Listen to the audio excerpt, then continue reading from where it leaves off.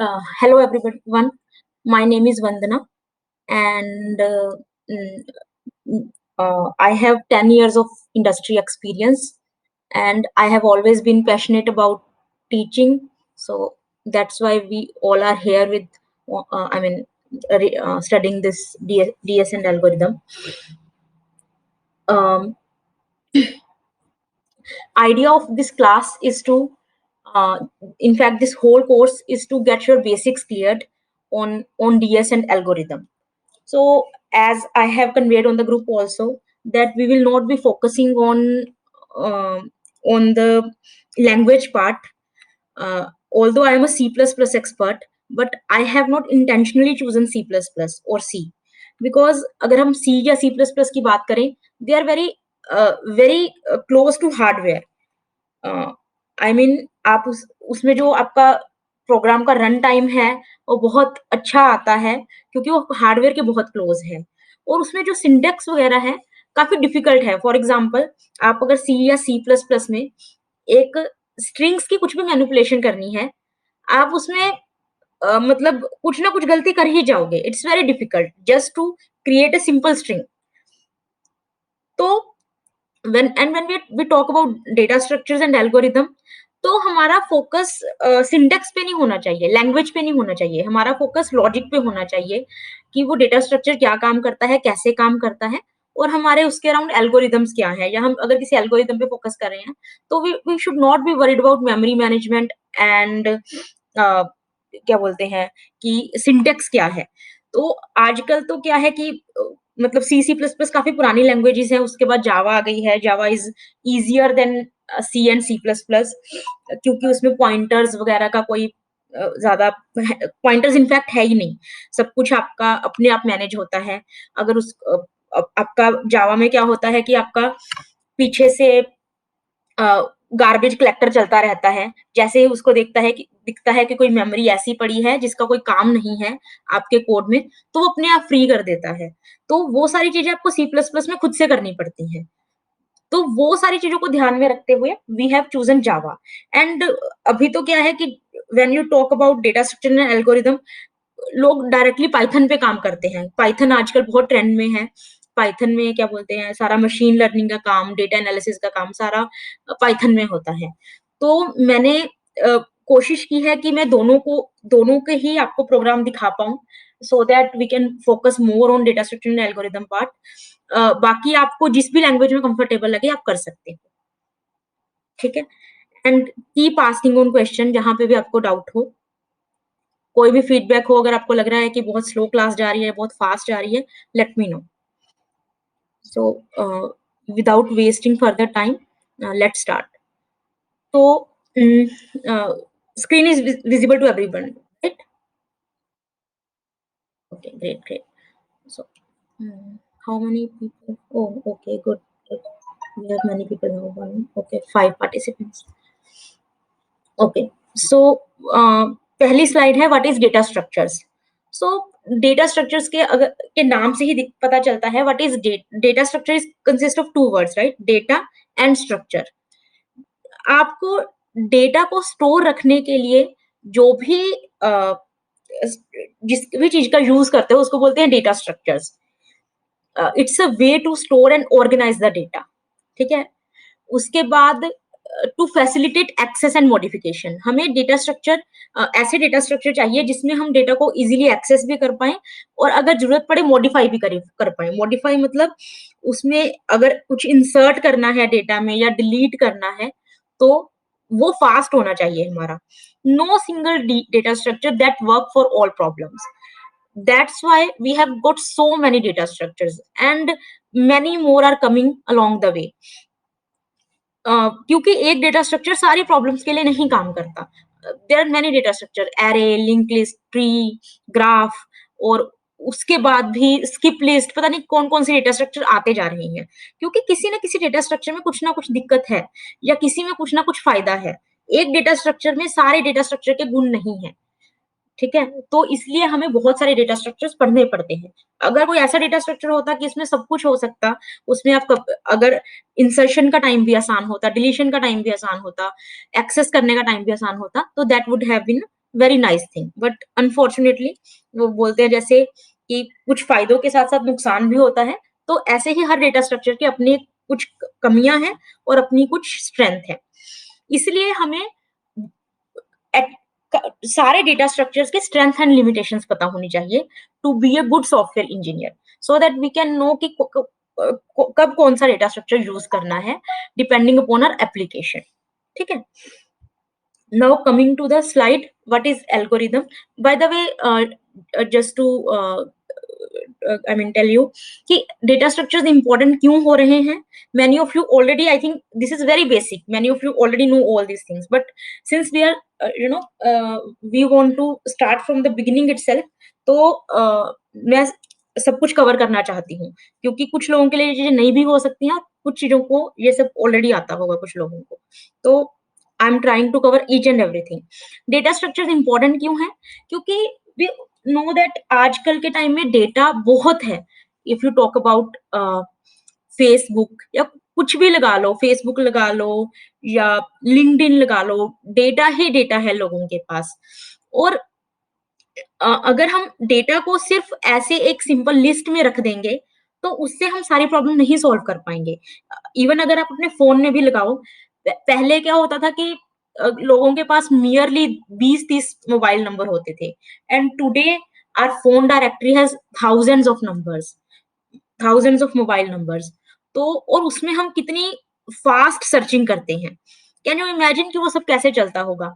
कि किसी किसी के पास तो मेरे ख्याल से उससे भी ज्यादा मोबाइल नंबर्स होंगे उसके फोन डायरेक्टरी में। तो इतना फास्ट कैसे चलता है कि आप टाइप करते जाते हो, वो फटाफट दिखाता जाता है। और आजकल तो मेरे ख्याल से एक नया फीचर भी है कि फॉर एग्जाम्पल अगर मैंने किसी का नाम लिखा है कि से स्टूडेंट वन, उसके बाद लिखा है कि ये टीचमेंट स्टूडेंट टू टीचमेंट या टीचमेंट स्टूडेंट टू, तो टीचमेंट जहां पे भी होगा, चाहे आगे हो चाहे पीछे हो, वो अपने आप उस चीज का टेक केयर कर लेगा। पहले क्या होता था कि बिगिनिंग से ही वो मैच करता था। अभी बिगिनिंग में हो, मिडल में हो, एंड में हो, वो सब कुछ मैचिंग होती है। तो ये सारी चीजें काफी फैंसी हैं, and all this have been possible because of we have very good data structures, and we have designed, I mean people have designed very good algorithms. ठीक है। तो ये सारा खेल डेटा स्ट्रक्चर और एल्गोरिथम का है। दैट्स वाई अगर आप कहीं पे भी इंटरव्यू देने जाते हो, तो आपका डेटा स्ट्रक्चर और एल्गोरिदम पे हमेशा फोकस रहता है इंटरव्यूअर का। हमेशा एक ना एक राउंड ऐसा, इनफैक्ट मैंने तो देखा है कि एटलीस्ट जितने मैंने इंटरव्यू लिए हैं, अगर किसी को डेटा स्ट्रक्चर और एल्गोरिदम नहीं आता, तो चाहे वो कितना भी, आई मीन लैंग्वेज पे उसका कितना भी ग्रिप हो, we don't prefer to hire such people who don't know about data structure or algorithms. So it is at least in today's era, it is very important to learn data structures and algorithms. ठीक है। तो data structure तो हो गए कि हमें data को store कैसे करना है। हाँ जी।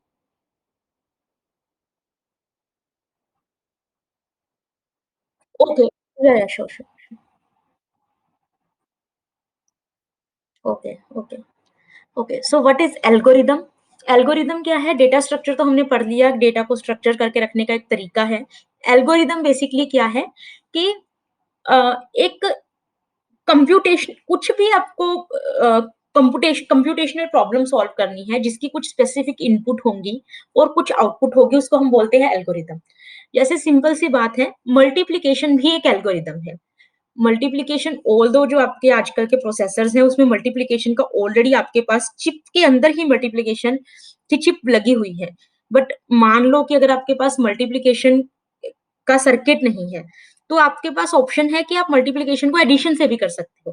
फॉर एग्जाम्पल 2 × 3, तो यू कैन 2 को 3 बार प्लस प्लस कर दोगे तो you will get the answer. तो multiplication is also an algorithm, sorting, searching, iterating over the data structure, iterating over the list, ये सारे क्या है? एल्गोरिदम। ठीक है। Now coming to the next slide, analysing algorithm. अब अब हम जो एल्गोरिदम्स हैं, एल्गोरिदम बेसिकली क्या है कि प्रोसीजर, किसी भी आपको बेसिकली कुछ इनपुट हो और आउटपुट हो, और it's a tool to it's a tool for solving a well defined computational problem, right? तो how do you analyse algorithm? कि एल्गोरिदम अच्छा है या बुरा है, हाउ वुड यू नो? पहली बात तो हमें एल्गोरिदम को एनालाइज करना क्यों है? ताकि हम ये देख पाएँ कि वो जो एल्गोरिदम है, उसको कितने रिसोर्सेज़ चाहिए, कितनी मेमोरी चाहिए, कितना कंप्यूटर का हार्डवेयर चाहिए। कंप्यूटर का हार्डवेयर मतलब कि अ, जैसे फॉर एग्ज़ाम्पल कितने ऐसा तो नहीं है कि आपका बाकी सब कुछ चलना बंद हो गया। आपने कोई एल्गोरिदम चलाया और उसने आपके सारी बैंडविड्थ ले ली कंप्यूटर की, पूरा आपका कंप्यूटर को वो कर दिया, बिल्कुल स्लो बना दिया। बाकी आपका कुछ चल ही नहीं रहा। तो it's not a good algorithm, right? आपके कंप्यूटर की कितनी मेमोरी ले रहा है, मेमोरी मतलब कितनी रैम आपकी कंज्यूम हो रही है, run time, communication bandwidth, these these things we have to consider while designing an algorithm. ठीक है?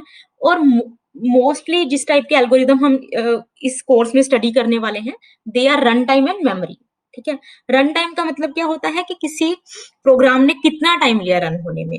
मेमोरी का मतलब होता है कि जब जब ये एल्गोरिदम चलेगा, तो वो कितनी एक्स्ट्रा मेमोरी लेगा टू सॉल्व दैट प्रॉब्लम। ठीक है?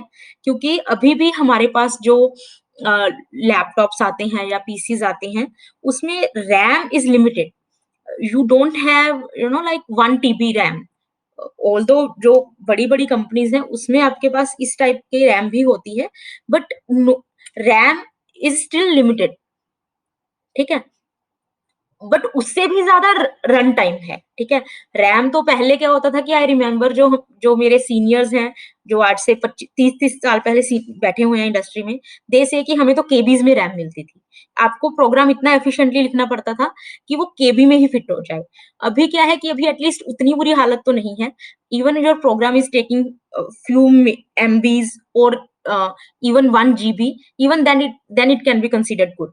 बट जो रन टाइम है उसके वो एक एब्सोल्यूट रिक्वायरमेंट है, क्योंकि टाइम तो उतना ही है। टाइम हम एक्स्ट्रा जनरेट नहीं कर सकते। मेमोरी तो फिर भी ये है कि अभी चीप हो गई है और अवेलेबल इजीली है। तो मेमोरी फिर भी आप अफोर्ड कर सकते हो कि आपका प्रोग्राम थोड़ी ज्यादा मेमोरी ले, but it should run in minimum time. ठीक है? What is run time? Run time is number of primitives operations और step required to execute a particular size input. ठीक है? आपके प्रोग्राम ने कितने स्टेप्स लिए, कितने ऑपरेशंस लिए एक इनपुट को प्रोसेस करने के लिए टू एग्जीक्यूट योर प्रोग्राम। ठीक है? और आगे हम क्या करेंगे कि जब भी किसी प्रोग्राम का रन टाइम कैलकुलेट करेंगे, for the sake of simplicity we will assume that each statement takes same amount of time. ठीक है?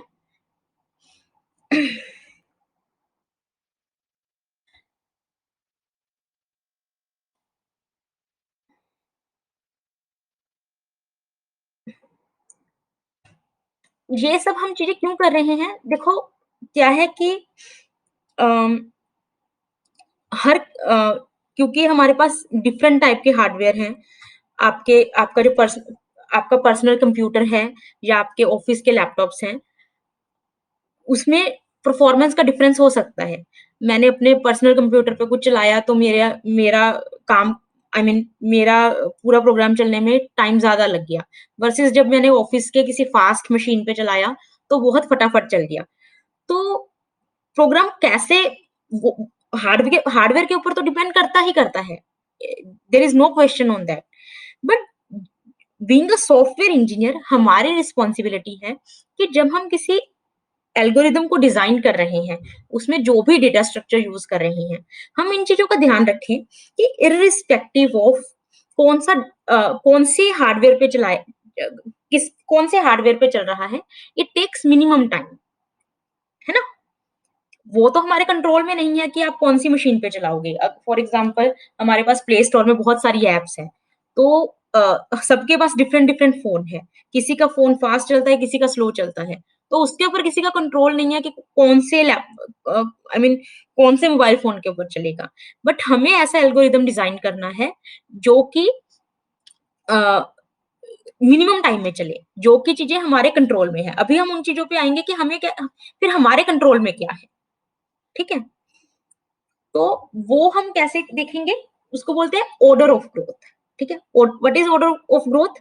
ऑर्डर ऑफ ग्रोथ कुछ नहीं है, सिंपल, कि जैसे जैसे मेरे प्रोग्राम में इनपुट की वैल्यू बढ़ा रहा हूं, वैसे वैसे मेरा जो प्रोग्राम की आउटपुट है उस पर कितना इम्पैक्ट पड़ा। फॉर एग्जाम्पल, मान लो क्या था कि अगर मेरा इनपुट साइज था 5, अगर हम सिंपल सॉर्टिंग की एग्जांपल लें, मेरे पास मुझे एक एरे को सॉर्ट करना है and I have just 5 numbers.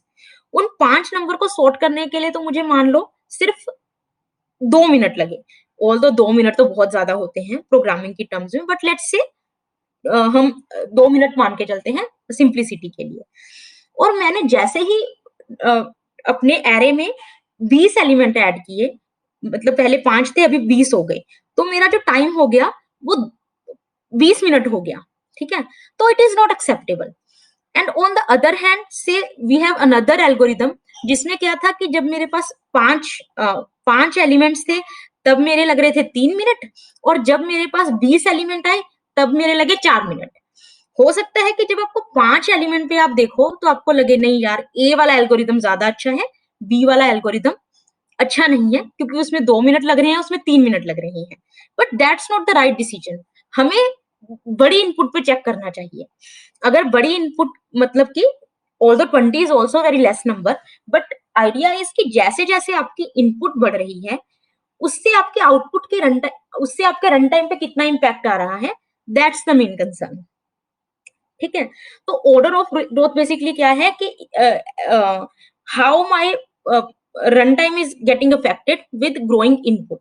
ठीक है, it allows us to compare different algorithms. For example, order of growth of one algorithm is n, and order of growth of another algorithm is n square. So it is clearly visible that the algorithm which is whose order of growth is n, it is much better than n square. ठीक है, now coming to the asymptotic efficiency of an algorithm. asymptotic efficiency का मतलब क्या होता है कि अगर आपकी इनपुट साइज लार्ज हो, लार्ज इनपुट साइज मतलब इट टेंड्स टू इंफिनिटी, ठीक है, तब आपकी जो आपका एल्गोरिदम है उसकी कॉम्प्लेक्सिटी कितनी है। ठीक है, that is called asymptotic efficiency. तो जिस एल्गोरिदम की असिम्प्टोटिक एफिशिएंसी बेटर होगी, आई मीन जो एफिशिएंट ज्यादा होगा, वही हम एल्गोरिदम चूज करेंगे। असिम्प्टोटिक का मतलब है कि अगर हमारे पास लार्ज इनपुट साइज है, जैसे मैंने एग्जांपल दी कि हो सकता है कोई एल्गोरिदम छोटे इनपुट साइज पे बहुत अच्छे से काम करे, but as soon as you increase the input वो बहुत स्लो हो गया। तो हमें ऐसा एल्गोरिदम चूज नहीं करना जो छोटे इनपुट साइज पे बहुत फास्ट रिएक्ट कर रहा है, बट बड़े इनपुट साइज पे स्लो हो जाता है। Instead, we will be focusing on the large input size. So that's called the asymptotic efficiency of an algorithm. Uh, अभी तक जो मैं पढ़ा रही हूँ आपको क्लियर है ना? मुझे पता है ये थोड़ा थ्योरेटिकल है, बट दीज थिंग्स मेरे ख्याल से हमें आगे जाके आसानी रहेगी।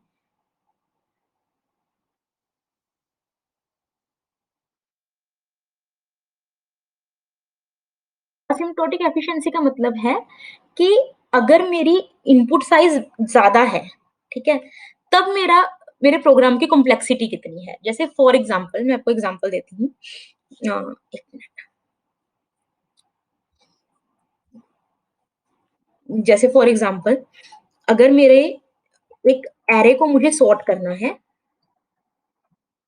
ठीक है, अगर आप 5 एलिमेंट्स को सॉर्ट करना है, ठीक है, आपने सुना है इंसर्शन सॉर्ट, बबल सॉर्ट, ये सारे सुने हैं आपने? Sorting mechanism. हाँ, शालिनी, मैं आई एम आस्किंग कि ये सारे आपने सॉर्ट सुने होंगे, right? Bubble sort, insertion sort, merge sort, है ना? तो ये सारे एल्गोरिदम की हम बात करें, अगर हम छोटे इनपुट साइज की बात करें, फॉर एग्जांपल मुझे इसको सॉर्ट करना है, तो इसमें सॉर्टिंग में क्या आएगा, 1 2 3 4 5। तो इसकी सॉर्टिंग में कुछ वो नहीं है, आपका इंसर्शन सॉर्ट भी उतने टाइम में कर देगा, मर्ज सॉर्ट में भी उतने टाइम में कर देगा, क्विक सॉर्ट भी उतने टाइम में कर देगा। इनफैक्ट हो सकता है कि इंसर्शन सॉर्ट इसको जल्दी कर दे, ठीक है, as compare to merge sort. ठीक है, जो मर्ज सॉर्ट है या आपका क्विक सॉर्ट है, they are much better algorithm than insertion sort. ठीक है, बट अगर हम अ,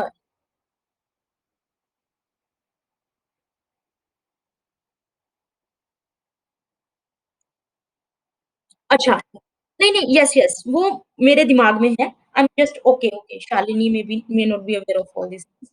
ठीक है, मैं सिंपल एग्जांपल के साथ बताती हूँ। जैसे फॉर एग्जांपल आपको ये इनपुट साइज को सॉर्ट करना है, ठीक है? तो हमारे पास सॉर्टिंग के बहुत सारे एल्गोरिदम्स हैं। मान लो आपके पास एक है एल्गोरिदम ए, एक है बी, एक है सी, ठीक है? सात जो ए एल्गोरिदम है वो आपका 1 मिनट में सॉर्ट कर रहा है, ठीक है? और ये जो है आपका 1.5 मिनट में कर रहा है। और जो आपका ये वाला है, ये भी मान लेते हैं हम कि ये आपका 1.5 मिनट में कर रहा है, ठीक है? इसमें अभी आपको देख के लगेगा कि आप कौन सा एल्गोरिदम चूज करोगे, ए, बी या सी? ए, राइट? अभी मैंने क्या किया, इस एल्गोरिथम इनपुट दी 1 2 3 4 5 6 अप टू 1 लाख से, ठीक है? मैंने इतने सारे नंबर दे दिए और उसके बाद मैंने मेजर किया इसको। तो मेरा जो ए था उसने टाइम लिया 2 आवर, जो मेरा बी था उसने टाइम लिया से 50 मिनट, मेरा सी था उसने टाइम लिया 55 मिनट। तो अभी आपके हिसाब से हम कौन सा चूज करेंगे? तो जो पहली सिचुएशन थी हम उसमें ए बोल रहे हैं, दूसरी सिचुएशन में बी बोल रहे हैं। तो ओवरऑल आप कौन सा रखोगे? क्योंकि आपको नहीं पता कि इनपुट क्या आने वाली है ना? आपके पास अ, आपने जो एल्गोरिदम डिजाइन किया, आपको ये नहीं पता कि उस जो एल्गोरिदम है उसकी इनपुट क्या आएगी, इनपुट छोटी आएगी या बड़ी आएगी। तो आप कैसे डिसाइड करोगे कि आपको ए एल्गोरिदम चूज करना है या बी एल्गोरिदम चूज करना है? इसलिए जो आपके साइंटिस्ट हैं या रिसर्च इंजीनियर्स हैं या जो इनफैक्ट पीएचडी स्टूडेंट्स जो नए नए एल्गोरिदम डिजाइन करते हैं, फोकस ये होता है कि जो बड़ी इनपुट आ रही है हम उसके ऊपर टाइम मेजर करें, है ना? अगर हम यहाँ पे देखें, 1 मिनट और 1.5 मिनट में फर्क नहीं है, राइट? 1 मिनट या 1.5 मिनट से फर्क नहीं पड़ता। अगर कोई इंसान 1 मिनट वेट कर सकता है तो 1.5 मिनट भी वेट कर ही लेगा। बट अगर यहाँ पे आप देखो तो यहाँ पे जमीन आसमान का फर्क आ गया, है ना? यहाँ पे 50% का फर्क आ गया, 2 our and 50 minute, I mean it is more than 50%। तो असिम्प्टोटिक एफिशिएंसी का मतलब ये है कि हमें बड़ी इनपुट साइज के लिए चेक करना है कि आपका जो एल्गोरिदम है वो कैसे बिहेव करता है। Is it clear?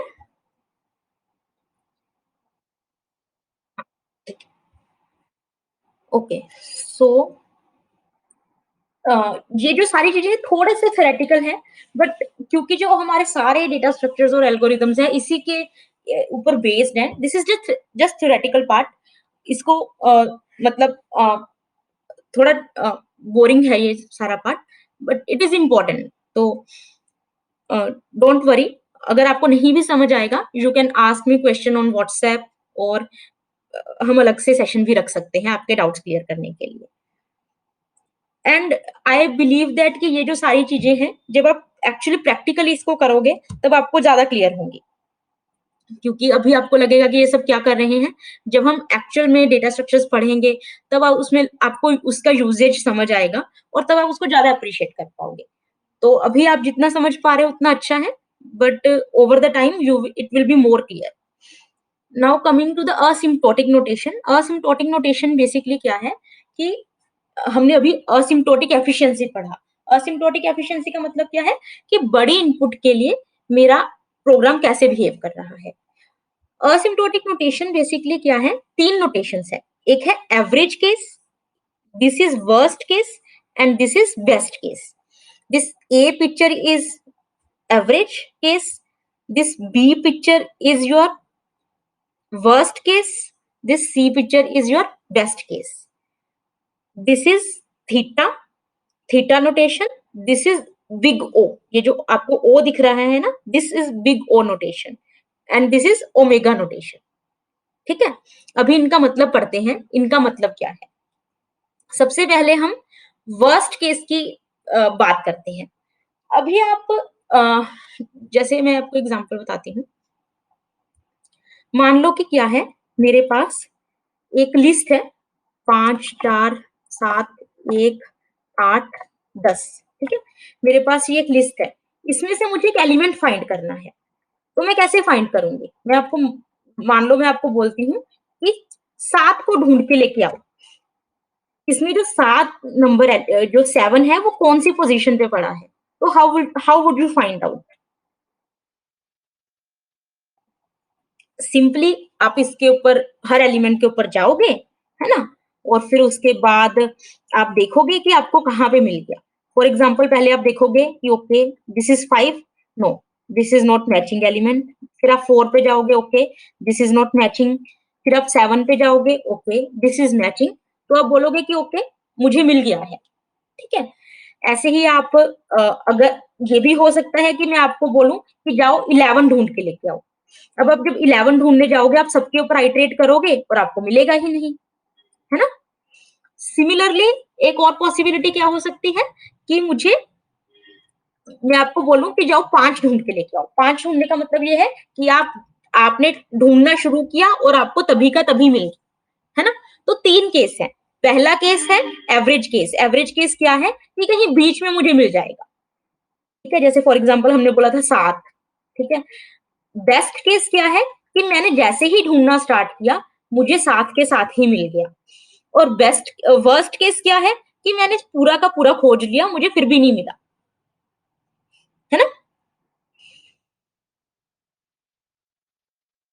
तो हेलो? हाँ जी। हाँ जी, Himanshu. Okay, okay, it's clear. Okay, okay. तो जो आपकी वर्स्ट केस कॉम्प्लेक्सिटी है, यही सबसे ज़्यादा आपके यूज़ होती है, क्योंकि अगर वर्स्ट केस कॉम्प्लेक्सिटी का मतलब ये है कि भई इन the worst of worst scenario ये आपका प्रोग्राम ऐसे बिहेव करेगा। वर्स्ट ऑफ वर्स्ट सिनेरियो मतलब अगर मुझे डेटा ना भी मिले, तब भी मेरे प्रोग्राम का ऐसा बिहेवियर रहेगा। हम सबसे पहले वर्स्ट केस को पढ़ते हैं। वर्स्ट केस का मतलब क्या है कि मेरा अ, एलिमेंट मिला ही नहीं। तो उस केस में आपको एलिमेंट कितना टाइम लगेगा, ये पता करने में कि इस पूरे एरे में या लिस्ट में डेटा है ही नहीं। तो आपको कितना टाइम लगेगा आपके हिसाब से? एनीवन?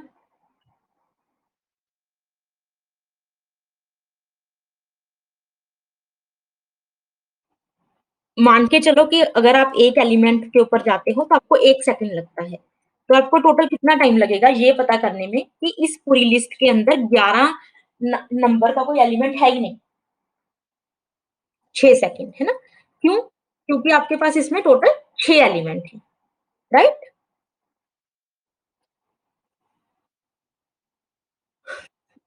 एंड सिमिलरली मान लो इसके अंदर हम एन एन एलिमेंट्स होते, अभी तो हमने सिर्फ 6 एलिमेंट्स लिए हैं।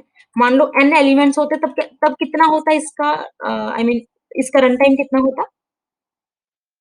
10 सेकंड्स, राइट? तो this is worst case complexity. Worst case complexity का मतलब है कि maximum to maximum n n लगेगा मेरा, इससे ज्यादा नहीं लगेगा कभी भी, है ना? बेस्ट बेस्ट केस क्या होगा? 1 second, right? And average case क्या होगा? एवरेज,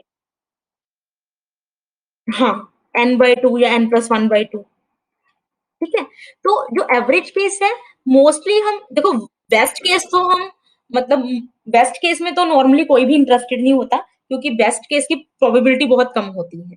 या तो वर्स्ट में आप इंटरेस्टेड होगे, क्योंकि वर्स्ट का मतलब ये है कि मतलब यू आर मतलब आपको पता है कि इससे ज़्यादा टाइम नहीं लगेगा। तो worst to worst scenario cover करना ज़रूरी है, या फिर एवरेज केस, ठीक है? बेस्ट केस तो को स्टडी नॉर्मली नहीं किया जाता। तो अगर आप इसमें देखो, ये जो बी वाली पिक्चर है, इसमें हम बेसिकली क्या बोल रहे हैं कि जो ये आपका FN है, ये आपके प्रोग्राम का बिहेवियर है, ठीक है? ये आपके प्रोग्राम का बिहेवियर है। और जो अ, ओके, अभी ठीक है? ठीक है। तो जो ये जो आपको FN वाली लाइन दिख रही है, ये आपके फंक्शन का एक्चुअल बिहेवियर है। और जो ये आपको ये वाली लाइन दिख रही है CGN वाली, ये CGN बेसिकली क्या है कि एक फंक्शन है जो आपने खुद बनाया है, ठीक है? तो जो आपका एक्चुअल फंक्शन है, आप ये बोल रहे हो कि आप बोलोगे FN is equal to big O of GN such that आपका आपके पूरे क्या बोलते हैं एक ऐसा n एग्जिस्ट करता है जिसके बाद आपके जो प्रोग्राम की कॉम्प्लेक्सिटी है हमेशा CGN से कम रहेगी वेयर C इज कांस्टेंट। देखो ये n नॉट दिख रहा है ना आपको, n is basically size of input. Size of input मतलब कितने एलिमेंट्स हैं आपके इनपुट में। जैसे हमने अभी एग्जांपल की थी कि आपके एरे में 5 एलिमेंट है, आपके एरे में 1000 एलिमेंट है, that is basically n। n is size of input. अगर मेरी इनपुट का साइज n नॉट से बड़ा है, n नॉट से पहले अगर आप ध्यान से देखो, आपकी आपके प्रोग्राम का टाइम वेरी कर रहा है ना? वेरी कर रहा है मतलब कभी तो ये CGN वाली लाइन से नीचे है और किसी पॉइंट पे CGN वाली लाइन से ऊपर है ना? But after this point, after this n not, ये कभी भी CGN से ऊपर नहीं गया, है ना? This FN is has never exceeded CGN after n not. तो ऐसे फंक्शन, ऐसे नोटेशन को हम बोलते हैं बिग ओ नोटेशन, ठीक है?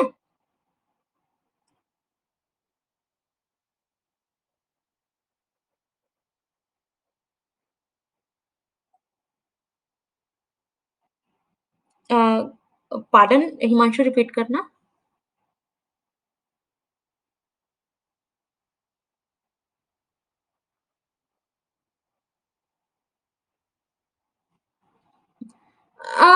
देखो एन नोट तो कैलकुलेट करना मेरे ख्याल से कोई पर्पस नहीं होता।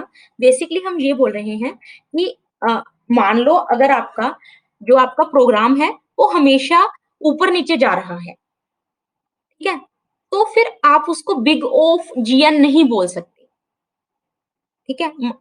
हम ये बोल रहे हैं कि अगर जैसे अगर since you I think you are familiar with sorting algorithms, अगर आप इंसर्शन सॉर्ट की बात करो, इंसर्शन सॉर्ट छोटी इनपुट्स के ऊपर अच्छा बिहेव करता है। आई I मीन mean, जो आपकी स्मॉलर इनपुट इनपुट होती हैं उसमें उसका रन टाइम बहुत कम होता है।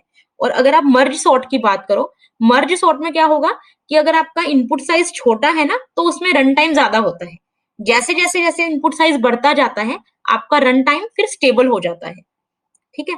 तो आप बेसिकली ये बोल रहे हो कि एक टाइम के बाद अगर आपको लगता है कि मेरा इनपुट साइज बढ़ता जा रहा है बट मेरा प्रोग्राम प्रोग्राम का रन टाइम इससे ऊपर नहीं जा रहा।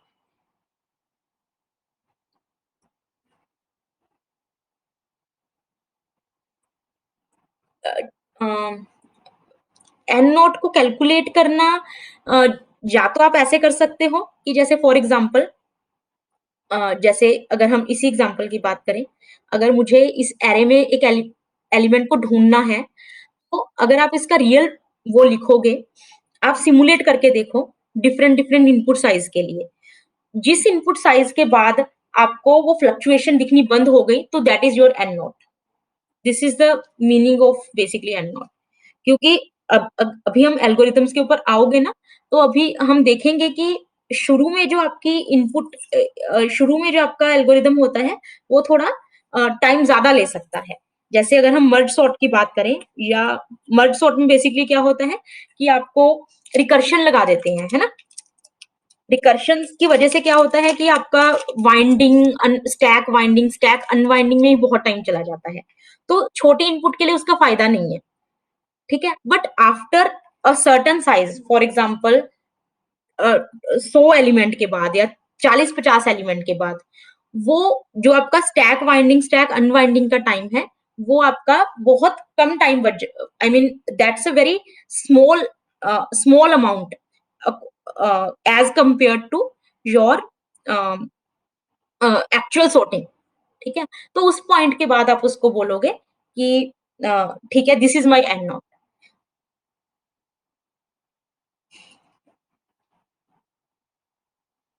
नाउ ये आपका हो गया worst case. Worst case basically क्या है कि आपका कभी भी प्रोग्राम जो है आपका एन नोट के बाद सीजीएन से ऊपर नहीं जाएगा। कभी भी मेरे फंक्शन की रन टाइम कॉम्प्लेक्सिटी सीजीएन के ऊपर नहीं जाएगी। सिमिलरली यहाँ पे क्या है कि आफ्टर वन पॉइंट मेरे जो जो मेरा प्रोग्राम की कॉम्प्लेक्सिटी है, मेरे एल्गोरिदम की कॉम्प्लेक्सिटी है, हमेशा सीजीएन से ज्यादा है। जैसे हमने वो फाइंड करने वाली प्रॉब्लम में अगर हम बेस्ट केस देखें तो इट वाज वन, है ना? Best case was one. One मतलब कि हमेशा या तो इतना तो टाइम मिनिमम लगेगा ही लगेगा, या मतलब 1 सेकंड तो लगेगा ही लगेगा, उससे भी ज्यादा लग सकता है।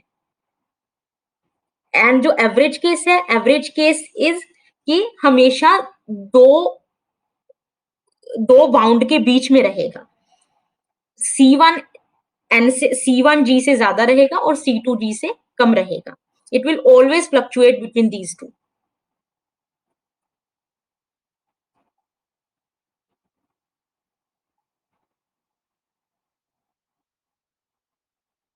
हाँ, ये सब कांस्टेंट है।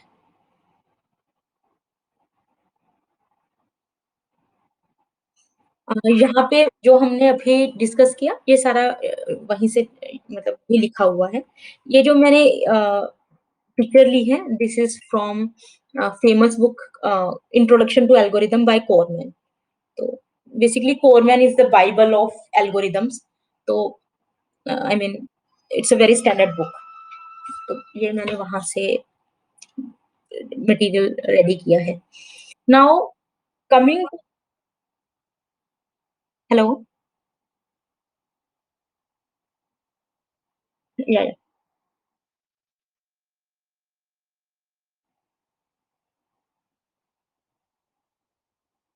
हाँ जी।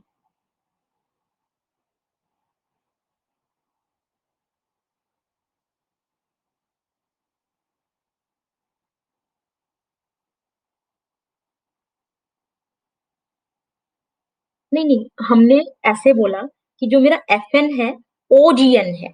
ओजीएन मतलब जैसे फॉर एग्जांपल अगर हम इसकी बात करें तो जो ये सर्चिंग का एल्गोरिदम है, ये होगा बिग ओ ऑफ एन, ठीक है? तो जो ये जीएन है, यहाँ पे मेरा gn is equal to n, है ना? जो यहाँ पे मेरा जीएन है that is equal to n, right? और जो मेरा एफएन है, एफएन तो एफएन तो आपका वेरी करेगा, राइट? है ना? जो जीएन है, जीएन कांस्टेंट है। जीएन तो देखो, जो जीएन का ग्राफ है ये फ्लक्चुएट भी नहीं कर रहा। जो एफएन का ग्राफ है ये फ्लक्चुएट कर रहा है, राइट? तो अगर हम यहाँ पे देखें, यहाँ पे ये जो इस एल्गोरिथम की कॉम्प्लेक्सिटी है that is O, big O of n. N का मत एन क्या है basically, gn is equal to n. तो यहाँ पे देखो ये जीएन हमने जो लिखा है, gn is equal to n, है ना? तो यहाँ पे हम बेसिकली ये बोल रहे हैं कि जो मेरा एफएन है, एफएन इज द एक्चुअल टाइम, ठीक है?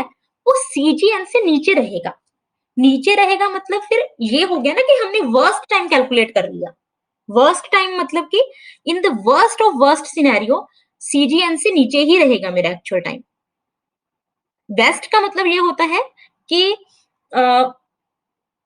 बेस्ट का मतलब, बेस्ट केस का मतलब ये है कि मैं ढूंढने गए, पहला एलिमेंट ही हमें जो मिल गया वो ही हमें ढूंढना था। That is the called the best case. मेरे ख्याल से बेस्ट और वर्स्ट की डेफिनेशन में आप कंफ्यूज हो रहे हो।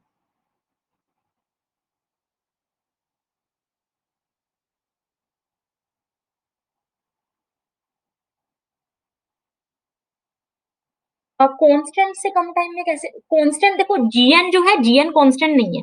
सी तो कांस्टेंट है, but gn is a function, है ना?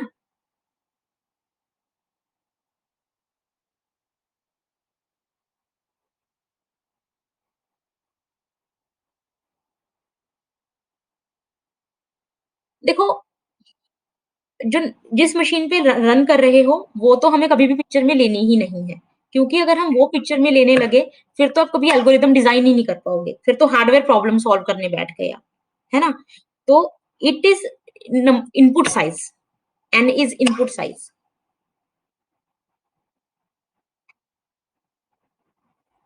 ठीक है? जैसे जैसे अगर हम बात करें यहाँ पे जो ये हमने अभी सर्चिंग वाले एल्गोरिदम की बात की, उसमें जो जीएन है आपका है एन, ठीक है? तो मान लो जो सी है वो आपका है 2, 2n है। ये मैं अभी बताती हूँ कि ये मैंने सी के बारे में हम ज़्यादा बात क्यों नहीं कर रहे। अभी जो आगे वाली स्लाइड्स है उसमें ज़्यादा क्लियर हो जाएगा। मान लो सी है आपका 2, जीएन है n, तो आपका 2n हो गया। तो जो आपका जब आप उसमें सर्च करोगे, उस लिस्ट में सर्च करोगे, कभी आपको n से ज़्यादा टाइम लगेगा? नहीं, है ना? 2n से ज़्यादा टाइम नहीं लगेगा, राइट? तो ये हमने वर्स्ट केस कैलकुलेट कर लिया। वर्स्ट केस मतलब इससे ज्यादा नहीं लगेगा, इन the worst of worst scenario. Shalini, अगर अभी भी आपको इसमें डाउट है तो आप जब ये लेक्चर खत्म हो जाएगा उसके बाद जो आगे वाली स्लाइड है मेरे ख्याल से उसमें आपको क्लैरिटी हो जाएगी। ठीक है? अगर उसके बाद भी आपको कोई डाउट होता है तो आप मेरे से वन ऑन वन में भी पूछ सकते हो चीजें। हाँ। And if anybody has any other doubt, please ask. मेरे ख्याल से Shalini and Himanshu are asking question. Please don't hesitate, आपको कोई भी डाउट है प्लीज आस्क।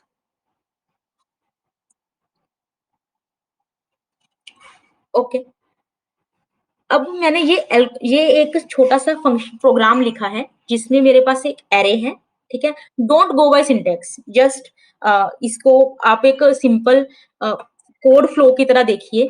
एक उस सिंटेक्स में मत जाइए कि ये डबल ब्रैकेट्स का मतलब क्या होता है, ऐसे कुछ मत जाइए। हो सकता है कि मेरे सिंटेक्स में कोई प्रॉब्लम हो।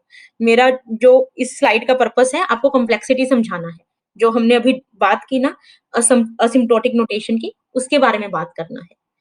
तो कैलकुलेटिंग कॉम्प्लेक्सिटी, पहले सबसे पहले सिंपल एक एल्गोरिदम है, उसकी कॉम्प्लेक्सिटी। इनफैक्ट उससे पहले I mean I didn't know कि मैं कैसे प्रिपेयर करूं, तो I think I could have made one more slide.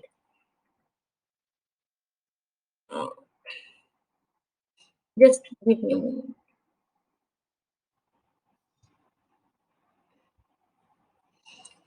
आप एक फंक्शन बनाते हैं, हम फंक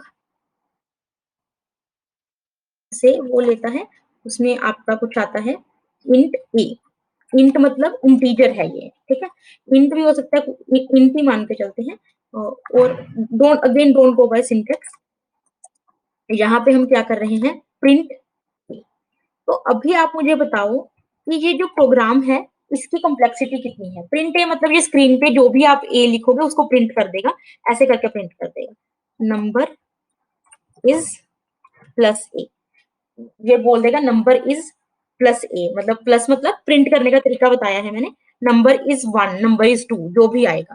तो आपके हिसाब से इसको इस प्रोग्राम की कॉम्प्लेक्सिटी कितनी है? Anyone? Okay, Shalini and all others, Pradeep, Rekha, Zainul, anyone? What is complexity of this program?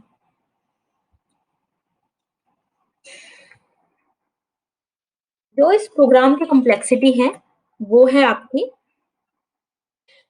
जो जितना ये जितना ये प्रोग्राम को चलने में कितना टाइम लगेगा, जितना टाइम प्रिंट स्टेटमेंट लेगी, है ना? अगर प्रिंट प्रिंट स्टेटमेंट मान लो सिर्फ 2 सेकंड ले रही है, तो what is complexity of this algorithm? 2 second. And एक और बात बताओ, मान लो यहाँ पे मैं 2 की बजाय 1000 भेज देती हूँ, will the complexity of this algorithm change?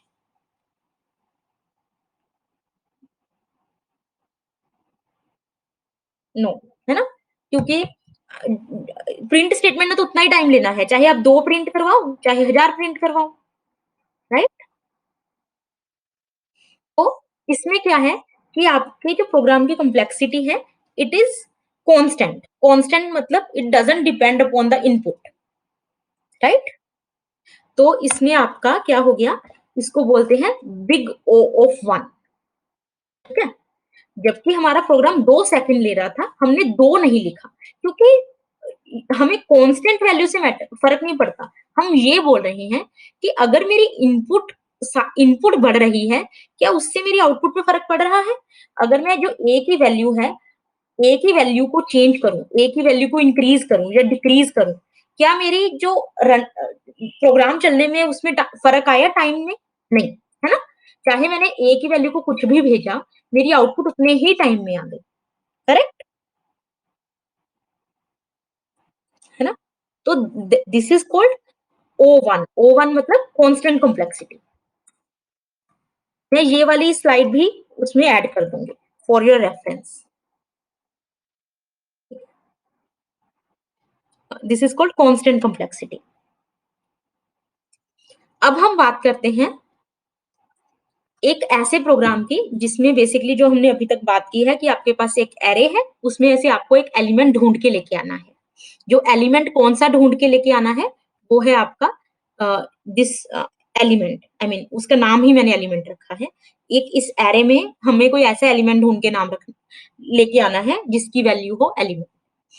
तो बेसिकली हमने क्या किया है कि इफ यू नो कि हम जो आपके मोस्टली कंप्यूटर साइंस में सब कुछ 0 से स्टार्ट होता है, 1 से स्टार्ट नहीं होता, ठीक है? तो i इज़ इक्वल टू 0 से लेके आपने एरे की लेंथ तक एक लूप चलाया। अगर आपका एरे का ith एलिमेंट आपके एलिमेंट के इक्वल है, तो आपने बोल दिया कि ठीक है, मुझे एलिमेंट मिल गया। अगर नहीं मिला, तब आपने बोल दिया कि ओके, मुझे नहीं मिला। उस केस में आपने -1 रिटर्न कर दिया। ठीक है? अभी आपको इसके लॉजिक को बिल्कुल समझने की ज़रूरत नहीं है because that's not the purpose.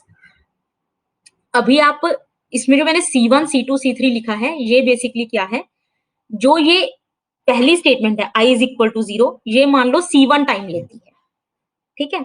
और जो ये सेकंड स्टेटमेंट है i less than array dot length ये मान लो लेती है C2 टाइम और जो ये आपका प्लस i है, ये लेता है C3 टाइम, ठीक है?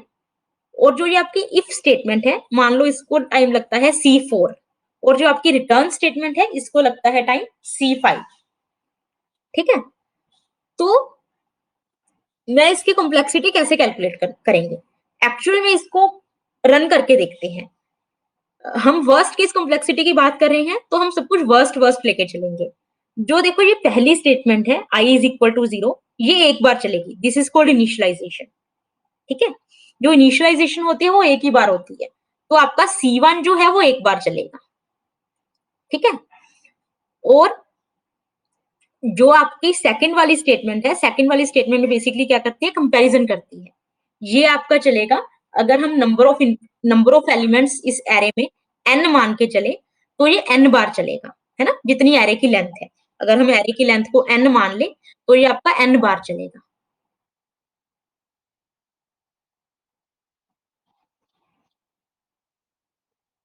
Okay, anybody else facing the same issue?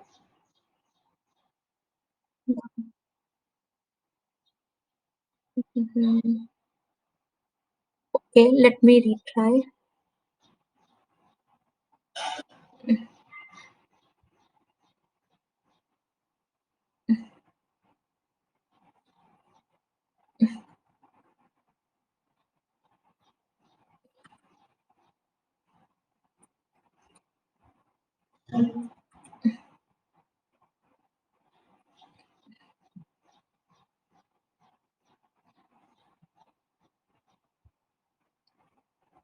अभी दिख रही है क्या?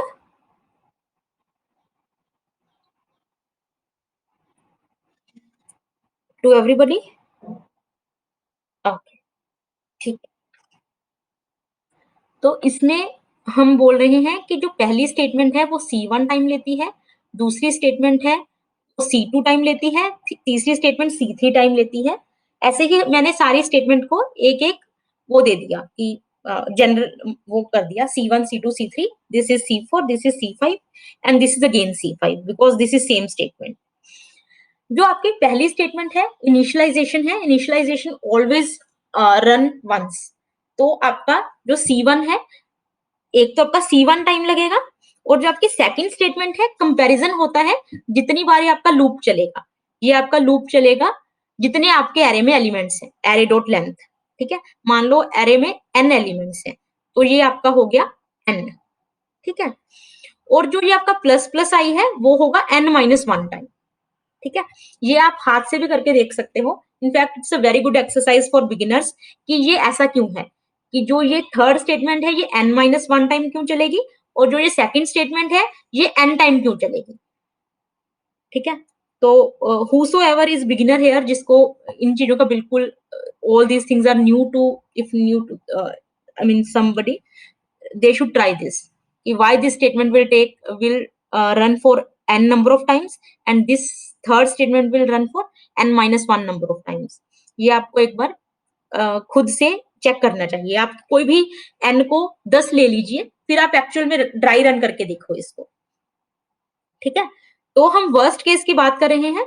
वर्स्ट केस का मतलब है कि आपको मान लो एलिमेंट मिला ही नहीं, तो उस केस में क्या होगा कि आपका जो ये n बार ये चलेगा, और तीसरी स्टेटमेंट आपकी n-1 टाइम चलेगी, और जो आपकी ये वाली स्टेटमेंट है ये कितनी बार चलेगी, ये भी आपकी n बार चलेगी, और जो आपकी C5 है, C5 आपकी एक ही बार चलेगी, है ना, क्योंकि एक बार आप फंक्शन से रिटर्न कर गए मतलब उसके बाद फंक्शन में दोबारा नहीं आओगे।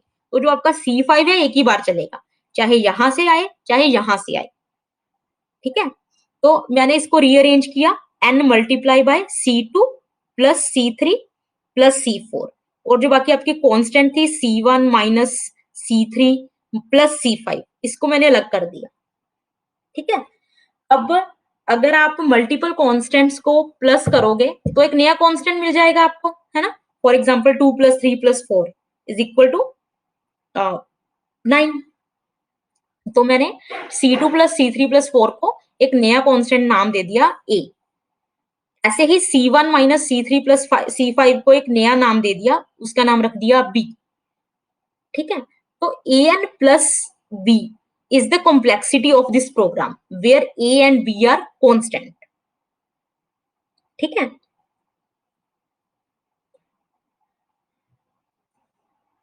तो इस प्रोग्राम की कॉम्प्लेक्सिटी कितनी हुई,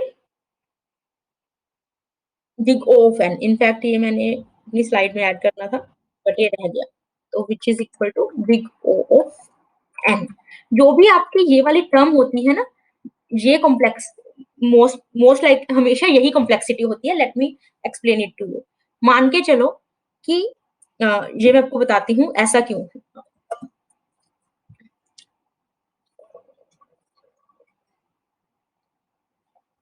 हमने एक स्लाइड में पढ़ा था कि for the sake of simplicity हम मान के चलेंगे कि सारी statement same amount of time लेती हैं। तो C1 C2 C3 C4 C5 मान लो सबको एक एक सेकंड मान के चल लो। ठीक है, अब आ, आपके पास मान लो अगर हम इसको ऐसे करते हैं, इसको कॉपी कर लेते हैं, कंट्रोल C।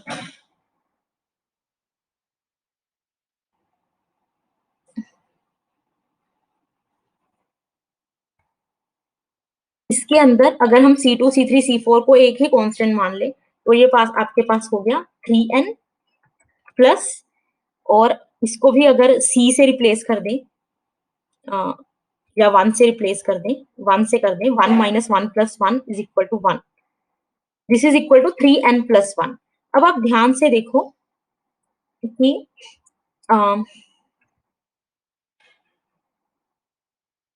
अगर मैं इसको सी अभी सी को सी रहने देती हूँ, Cn प्लस सी। ठीक है, विच इज इक्वल टू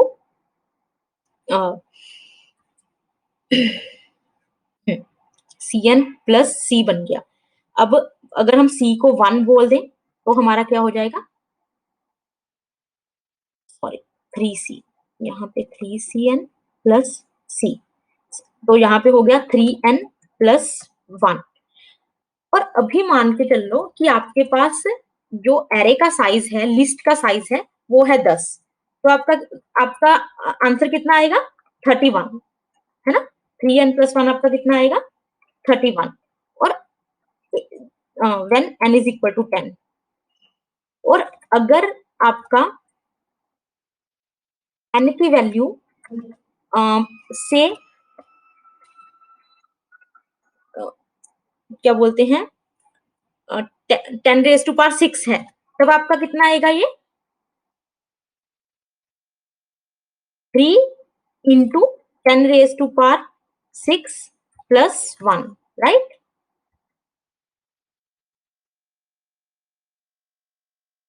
तो यहाँ पे देखो, आप इसको लिख सकते हो एक तरह से 3, ये 60, राइट? प्लस 1 को इग्नोर भी कर सकते हो क्योंकि उससे इतना फर्क नहीं पड़ेगा।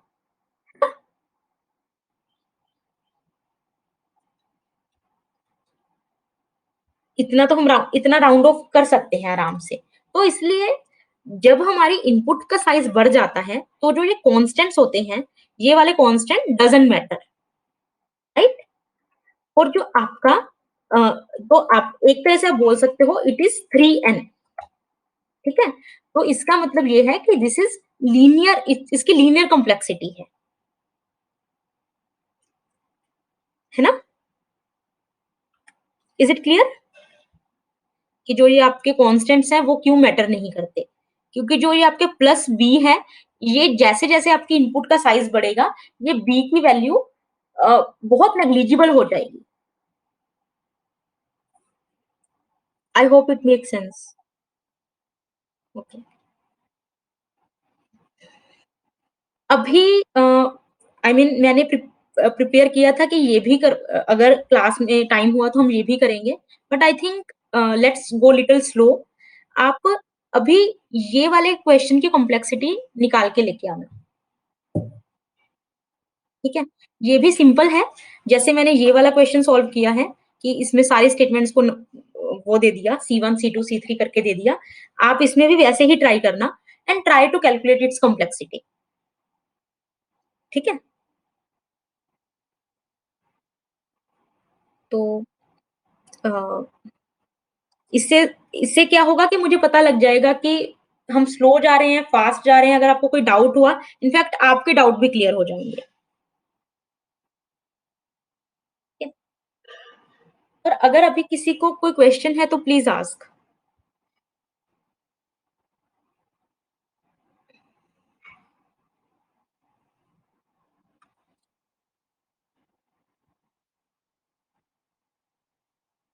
मैं रिकॉर्डिंग को स्टॉप कर देती हूँ क्योंकि